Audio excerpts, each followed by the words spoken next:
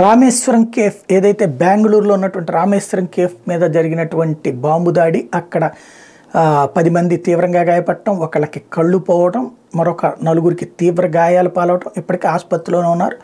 దానికి సంబంధించి ఏకంగా ఆర్డీఎక్సే వాడారన్నటువంటి విషయం తేలడం, దర్యాప్తు నడుస్తూ ఉండటం, నలుగురు అదుపులోకి తీసుకుని ప్రశ్నిస్తూ ఉండటం, ఇది రాజకీయంగా దుమారం కాదు, పబ్లిక్లో ఒక నెగిటివిటీ బాగా పెరిగిపోయింది. ఏంటి ఇట్లాంటి సంఘటనలు, ఇక ఈ దేశంలో ఈ దేశ ప్రజలకే రక్షణ ఉండదా, ఇట్లాంటి రాక్షసులు మన మధ్యలోనే తిరుగుతారా, మత ఉన్మాదులు మన మధ్యలోనే తిరుగుతారని.